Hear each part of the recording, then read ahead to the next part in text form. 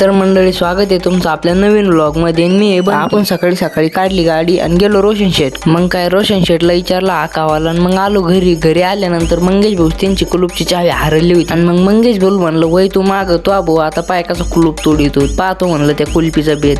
या कामामध्ये ना आपल्याला भारत सरकारनं अवॉर्ड द्यायला पाहिजे। वरच्या वरी आपला मित्र आपल्याला घ्यायला आला आणि बसलो त्याच्या गाडीवर, गेलो त्याच्या माळ्यामध्ये। आणि आपल्या मित्राच्या माळ्यात ना कार्तिकी हॉटेल नावाचे एक हॉटेल सुरू व्हायले आत्ताच। आपण तिथे गेल्यावर आपल्याला दिसलं तिथं गंधादा सूट नव्हतं घालेलं, पण बुड गंधादाला भेटून आपण गेलो डायरेक्ट रोहितच्या कोंबड्याकडे गेल्यावर रोहित भेटला तिथं अंडे गोळा करायला। आणि आपला आवाज ऐकून तिथं आला आपला मामा म्हणजे डायरेक्ट विषय डागात होळीच्या दिवशी धुराडा खेळत होता आपला। मग काय रोहित ना आपल्याला बसलं बाजीवर आणि भेटला शेण काढायला। शेण काढणं झाल्यावर रोहित घुसला डायरेक्ट उसामध्ये घुसायचं कारण असं आहे आज का आज होळी होती। मग काय रोहित न घेतले वाडे तोडून आणि मग गेलो आम्ही घरी। आणि घरी आलो तर आपला भाऊ डायरेक्ट खुर्चीवर बसून स्प्राईटची 90 मारित होता आणि त्याच्यासोबत चकना सुद्धा आणत होता। आता वाजले होते संध्याकाळचे 7 आणि आज होती होळी, त्यामुळे पप्पानी केली होळीची पूजा। आणि मग एक काडी लावून एकाच काडीत पेटवली होळी। आणि कोणी होळी पेटवली कमेंट मध्ये नक्की सांगा। पप्पानी पूजा केल्यानंतर मग काय आपण पण बसलो ना आपण पण केली होळीची पूजा झाल्यानंतर बाबा बसलेले होते बाजीवर, बाबाला नारळाचं खाणं दिलं। ही काठी आल्यानंतर बाबा उठले बाजीवरून, बाबाने घेतलं ते ढोल हातात आणि बाबा असे वाजत होते ना तो ढोल।